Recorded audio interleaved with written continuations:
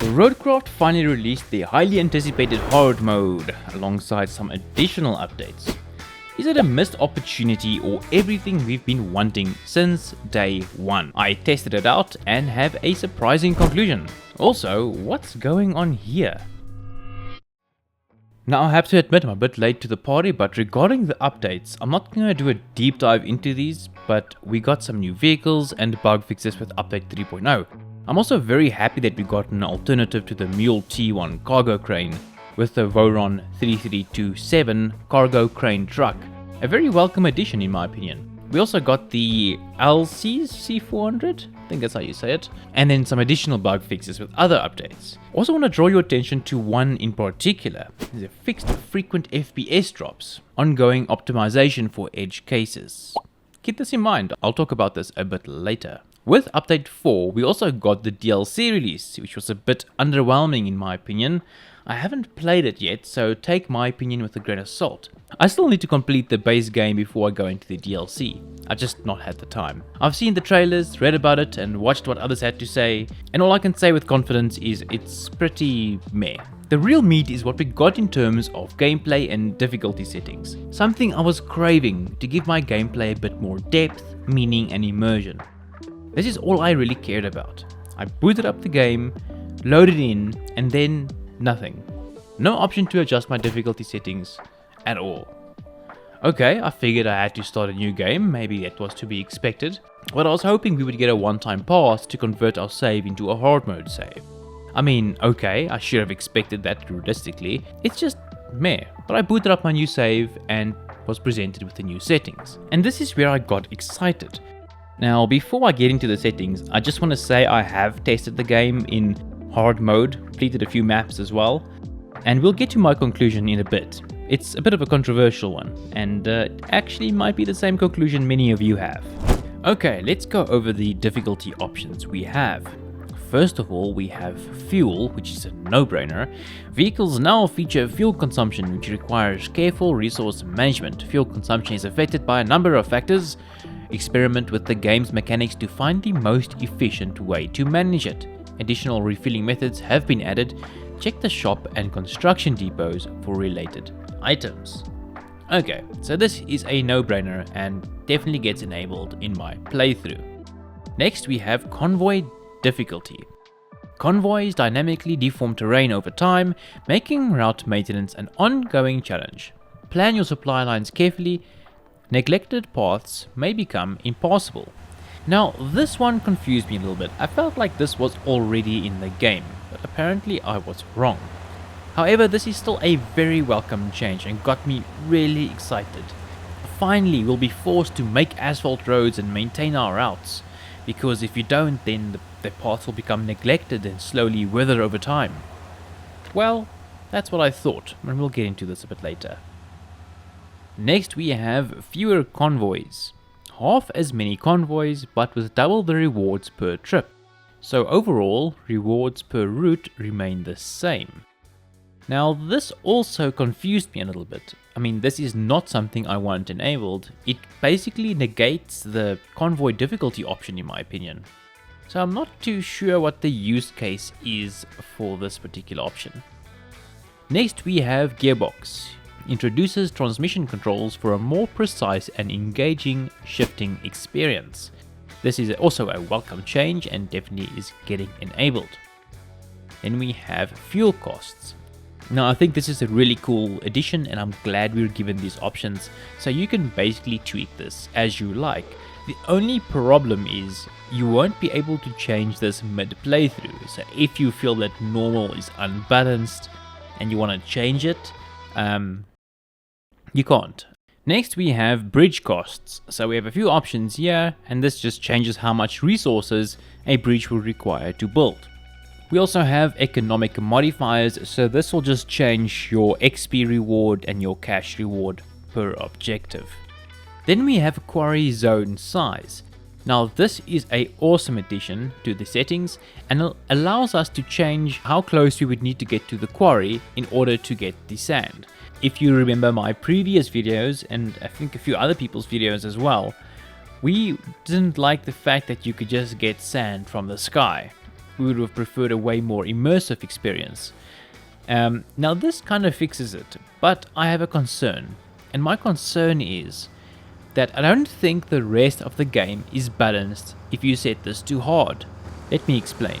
So, if you set this too hard, yes, you'd have to drive right up to the quarry in order to fill up your dump truck with sand, which is great. Then you would drive out, dump the sand, and you'd repeat. Now, I feel there should be an additional setting here that changes the capacity of all the dump trucks, like a 2x, a 3x, and maybe a 4x, just to balance this out a bit, so that it's still immersive, because you have to drive to the quarry, but you don't have to do it like 75 times, right? So I think that would be a very welcome addition to these settings, just to balance the hard setting on the quarry zone size. Next we have recovery rules. Now this is something I definitely going to change, and it just adds a bit of a penalty if you have to recover. So it allows you, it forces you to drive a bit better, and it forces you to physically go and recover your vehicles instead of just recovering to the garage the whole time. And then we have vehicle costs, which just changes how much vehicles cost. Okay, so we have a ton of options here, and this is an important point. These are options to customize our experience, so this is huge. I'm really happy with most of these changes that are welcomed with open arms.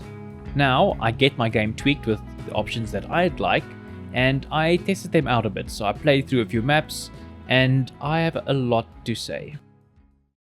Okay, so I'm going to go off script here and I'm just going to talk.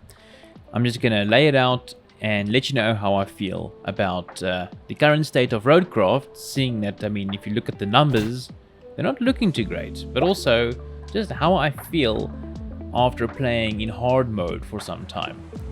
So I've played through some of the maps, and I've been having a lot more fun, I would say, through this playthrough, seeing that we have these additional hard mode options, and it's been great. I've made a few bullet points, and I'd like to just kind of go over these bullet points. So let's start off with, I feel like they should have included the fuel consumption and the fuel tank size stats. Let me show you what I mean. So if you look at your vehicles, right, there's no stats showing the fuel capacity, nor the fuel consumption, right? Now, I don't want to compare it to SnowRunner, but in SnowRunner you have those stats. And that just makes the hard mode, or just makes SnowRunner in general, more appealing for me personally, because I like to have all these different variables that impact my decision on which vehicle I will use for which job, or which route I want to take, you know.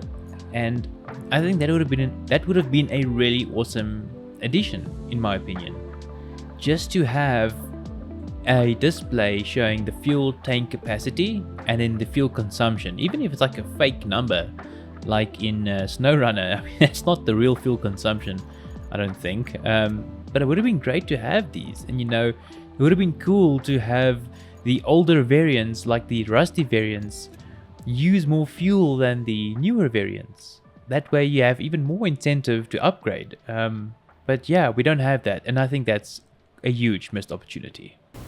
Also, now this might be a controversial one, and that is relating to damage. Now I know that I saw the devs speaking about, I think they were saying how they could maybe implement damage, and they were kind of thinking about it, but we didn't end up getting damage. Now we have a general damage system that is loved and hated in SnowRunner, but I feel I would have loved to have something like that here, just to keep me on my toes and make me, you know, pay more attention to how I drive and how slow I take, how much I take my time in the game, right? And that would actually work hand in hand with the fuel consumption as well.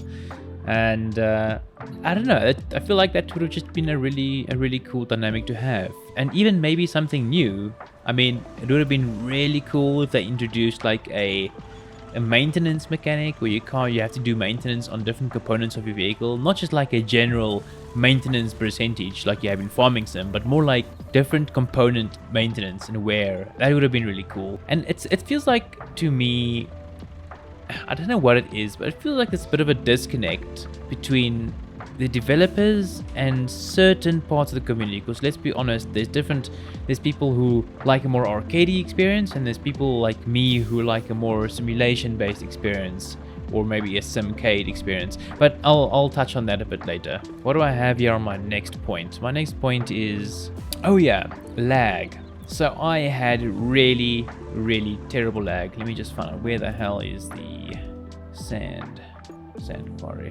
Well, I guess I can talk about the markers real quick before I address the lag. So let me quickly talk about the markers, because I'm actually going to use them right now. So with regards to markers, this is a great addition, by the way. This is like, I love this. You can use markers and you can kind of plot your route, which is awesome. I mean, this is perfect. I want that. And the only issue is, if you keep on placing markers, eventually it's like, okay, you've reached a limit. What do you mean I've reached a limit? These are markers, dude. It's not like I'm adding vehicles to the game that needs to be rendered, and these are just markers. Why is there a limit to markers? Now, I'm being nitpicky here because obviously it doesn't impact my gameplay that much, and I'm exaggerating here, but it's just strange that there's a limit to it. But it's cool. We have markers, and that's great. Okay, let's talk about the lag. So I think I have footage of it here and there, and what seems to be happening is that I would play the game for a certain period of time, and then what would happen is I would get insane lag, and the only way I can get rid of the lag is if I go into my graphical settings, change a random option, and then get back into the game. I initially thought it was DLSS or frame gen. I disabled those, ran the game natively. No, it wasn't those. It still gave me lag, and it was really annoying. And you know, I can deal with a lot of things, a lot of bugs. I really don't mind a lot of these small annoyances. Doesn't bother me too much, but at some point I was starting to get pretty annoyed because it was just an inconvenience, man. So I just want to mention that. And I saw in the patch notes they said they were working on some lag issue, but it still hasn't been resolved, for me at least. I tried many things, and no matter what I did, even in running the game at the lower setting, it would just create, it'll just randomly get these lag spikes that will last until I decide to change the window size or change a graphical option. So yeah, that sucks. Okay, and here's another point that I'd like to mention. It's quite an important point for me personally. Again, this is all my opinion, right? It's just me talking about how I feel about the current state of the game. And one big thing for me is the sounds of the vehicles. Now, a lot of the time, let me see if I can use an example. Let me go to my Zix, which is right over here. Now, the sounds are very off in the Zix. If you zoomed out, you can hardly hear the vehicle, which is fine. Like, okay, cool, you zoomed out. I'm pretty sure I'd still be able to hear the vehicle a lot more than I'm currently hearing it, right? But then some of the sounds are off, like me driving over certain rubble, and the sound of the tires are much louder than the vehicle when I'm at the zoom level. That's a minor inconvenience. Like, I'm sure they might address this and fix it at some point. So if I zoom in, I think now the sound is much better. I guess I can't drive over that traffic light. So now the sound is much better, right, as I'm zoomed in, but it just, sometimes the sounds don't make sense. And the biggest gripe relating to the sound for me, I think I actually got myself into some trouble, yeah. The biggest gripe regarding the sound for me is that the engines of these vehicles and the sounds don't align. Not at all. I don't think the Zix has a... Let's see. We don't have a rev counter in the Zix. But if you look at some vehicles with rev counters, the revs of the engine and the sound does not align. Like, it doesn't make any sense. Yeah, and that kind of hints towards what I'm trying to say here is, I mean, look at the quality of the vehicles. Look at the quality of the physics. There's so much effort done on a lot of aspects of the game, and it's so good, but then the sound quality just doesn't feel like it's good at all. It's terrible. The sound is terrible on the vehicles. Like, why are we cheaping out on the sound? But I'll get to that in a second. Let's go to my next point that I have here. It's regarding the one setting for convoys, where they mentioned that some routes will become impassable the more vehicles drive over them. For the most of my roads, I just use gravel. There's no incentive for me to use asphalt unless I want to make something look pretty and I just want to enjoy the visuals of the game. But there's no functional value to asphalt unless it's with regards to traction, because we know that if you lay sand or gravel on an uphill stretch, a lot of the Convoy struggles with that, so you might need to lay down some asphalt there, but that's like the only function it has.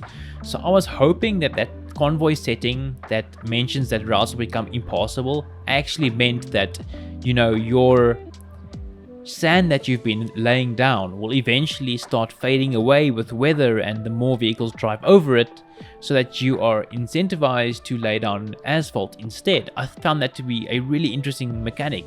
And when I was actually planning some of my routes on the early game, I was using my scout to see where the softer parts of the terrain were, so that I don't send the convoy over those softer areas. And that was so cool to me. I was like, oh, this is going to be great, because now I've added this extra element that I need to look out for. But it turns out not. It turns out that you can just lay sand and it won't change over time, and the convoy vehicles for the most part drive over it just fine. I think what they mean with that is that there'll be more persistent ground deformation on non-altered surfaces, like just the normal mud. That there'll be like a more persistent change to that with a lot of convoy vehicles driving over. So that's also, in my opinion, a huge missed opportunity. Another thing I've noticed, I'm just glancing at my bullet points here, is that you can steal fuel from convoy vehicles. I don't know if I have B-roll. I'll try to find some B-roll of that. But as the convoy vehicles drive past, I think it's only a certain model that's got fuel in it. You can kind of steal their fuel, which I found very funny. But it's cool. I don't know if it's a bug or a feature, but it was an interesting find. And I don't know if this is a bug or a tip, but let me see if I can demonstrate this real quick. Let's have a look at my garage. I think I have a vehicle over here. Yes, I do. It's actually the new fuel tanker, which I found to be a really great addition. Also like that it's more of a, you know, a highway style truck, so you kind of have to make sure your roads are in good order in order to get this to your work site. Another thing that bugged me, and this is just kind of off the top of my head, and that is we don't have detachable trailers, and, you know, we don't have that extra added. I mean, I don't know why they didn't allow us to be able to attach and detach trailers and have trailers as separate to the vehicles. Maybe they're trying to make the game... They're probably trying to make the game appeal to a wider audience by making it more arcadey. I don't know. But anyway, that's also something that's a bit of a gripe for me. Okay, so if you look at my fuel, I've got 368 liters in the tank. If I hold R and recover this vehicle here, it's going to cost me $1,000. Because I have, in the recovery options, I've added that difficulty setting. But if I press, if I go to the map, if I go into my garage and I retain the vehicle from here, it's not going to cost me a cent. Look at my money, 46,000, retain, not, still 46,000, I haven't used a cent. If I redeploy it, I've got a full tank of fuel. That's probably a bug. Now, here's my hot take. It feels like the game is still trying to hold my hand too much. Like, it feels like it's almost... this is, like I said, this is a hot take. It's almost like it's insulting, right? It's like they have all these warnings when you... Now, I'm pretty sure the warnings are... I just bumped my mic. I'm pretty sure the warnings are just for humor. But it's almost insulting. Like, they have all these warnings when you adjust your difficulty settings and you can't detach trailers. It's like, I think they're trying to make the game appeal to a wider audience, right? But the wider audience will still appreciate all these things that you've removed, and providing them as options, I know adds a lot to the, takes away from the bandwidth that you guys have to work on other features that you'd like to work on. But I mean, I'm pretty sure it would have been worth it, in my opinion. So that's just one thing that I want to mention. The next thing is, it feels like there's a disconnect between certain features of the game. You have such high quality models with such great physics and such a beautiful environment with insane amounts of detail, again with just incredible deformation technology built into this game, but then the sounds are terrible. Now, if the sounds, again, they seem just to be functional, just to add something there, but I mean, I don't think it would have been so difficult just to make the revs, for example, align with the engine RPM. Like make that the engine sounds like it's actually working harder when you're pulling a load. Make it sound like the you know, because if you drive a vehicle cruising, it sounds very different than a vehicle cruising with a big ass trailer at the back because of the load difference. So just have the engine sound like it's straining a bit when it is obviously straining in the game. Having the engine actually link up to the vehicle's RPM. Let me give you an example. Yeah, this should be a good example. On the right you can see a rev counter. I've changed gears. I've changed gears again. It's the rev counter is really not doing anything. It's kind of just slowly moving in a direction. Look there. If I do this, look at the rev counter. The engine isn't changing. There's no difference to the engine sounds. It's not just the engine sounds, it's just the way that the power is getting delivered to the wheels in game. It's like the movement of the vehicle combined with the rev counter combined with the sound, and all that just doesn't make sense at the moment, that's all. But yeah, there's like these sound clips that get cycled, and it's just terrible. Like it takes away from the immersion so much, because I want to hear my engine straining. I want to hear it almost stalling, and using my manual gearbox which they've given us on the right hand side to, you know, adjust the transmission or gear back or whatever. And I know even SnowRunner isn't perfect. I'm actually criticizing both games. They both need a better sound design. They need... I know I'm rambling on this about this a lot, so I'm gonna stop rambling on about it. But my point is that there feels like a bit of a disconnect between certain elements of the game, and I don't know why, but it throws me off. And obviously that's probably not the main reason for the amount of players dropping off of Roadcraft. I mean, it's pretty expected that the game after launch will lose players and stabilize. All games do that, but Roadcraft has lost a lot of players, and in my opinion, I think a lot of these small things, and talking amongst my friends, a lot of these things that I've mentioned now are contributing to the loss of players. So yeah, now you know now you know why I don't go off script and just talk, because I can talk for hours. So hopefully I kept it as short and simple as possible. Roadcraft is kind of going to take a back seat for me a bit. I have other games that I really enjoy, that I really want to play. For what it is, I can see why a lot of people are still enjoying it. It's a good game, and don't let whatever I say influence you. If you enjoy playing it in its state that it is, and it's in a good state. I mean, it's just not my type of game. It's more arcadey. It's way more arcadey than what I'm looking for, and that's my opinion. But if you like the more arcadey experience and you enjoying it, good for you. Good for you, and I hope you continue to enjoy it for as long as possible. But yeah, I'm a bit burnt out with Roadcraft at the moment. I just can't get over these amazing physics. Maybe I'll play some. Look at that. I mean, this is so good. Why does the sound suck? Maybe I'll play some SnowRunner. But anyway, thanks for watching, and I'll see you guys next time.